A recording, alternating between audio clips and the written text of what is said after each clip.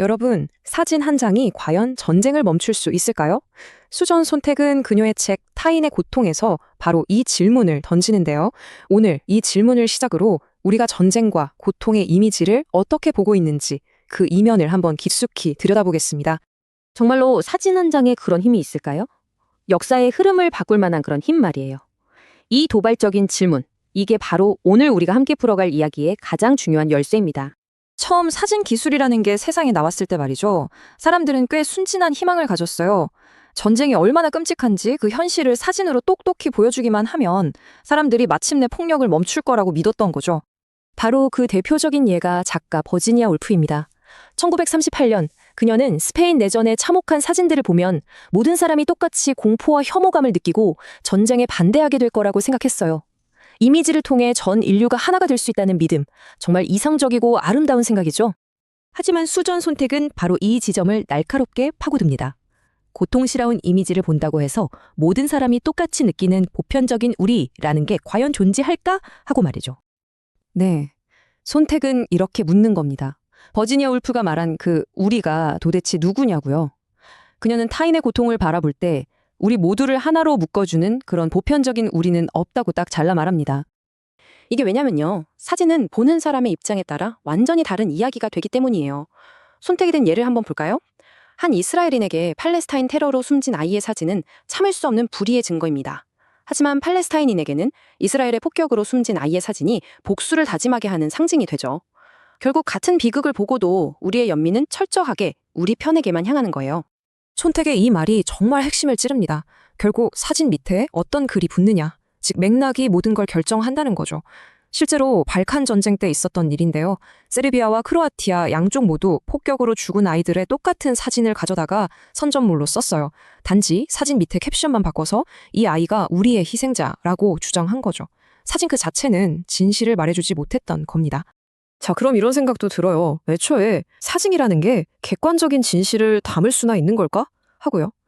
이 질문에 대한 답을 찾으려면 전쟁 사진의 역사를 한번 살펴볼 필요가 있습니다.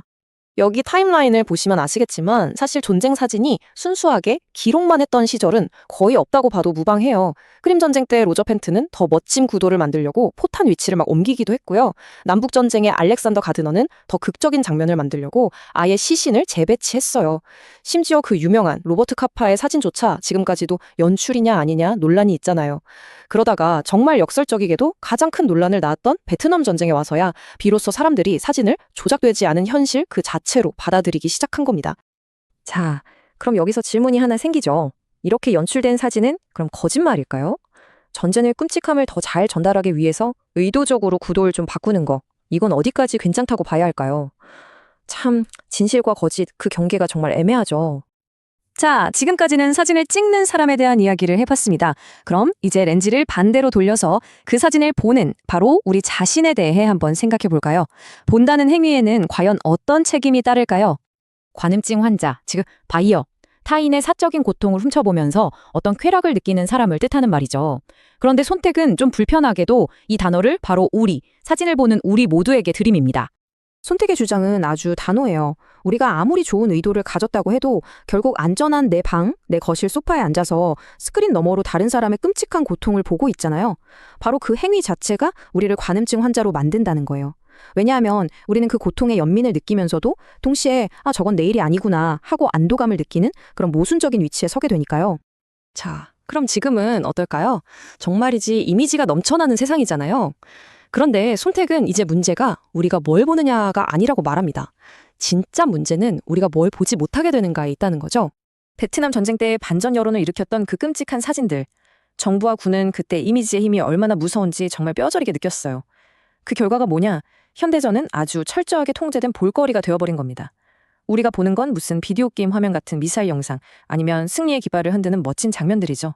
하지만 우리가 절대 못 보는 게 있어요. 바로 우리 편 병사들의 훼손된 시신이나 우리가 쏜 폭탄에 희생된 민간인들의 모습 같은 것들이요.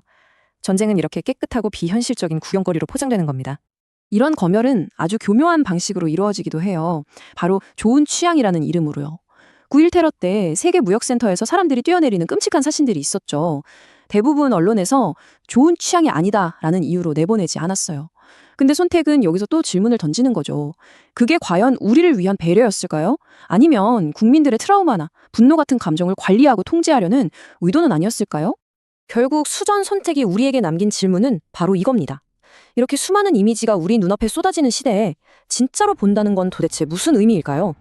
그냥 눈에 보이는 대로 이미지를 받아들이는 게 아니라 그 사진 한 장 뒤에 숨어있는 수많은 이야기들, 그 맥락과 권력의 움직임까지 읽어내려고 노력하는 것. 어쩌면 그게 바로 지금 우리에게 필요한 보는 법이 아닐까 싶습니다.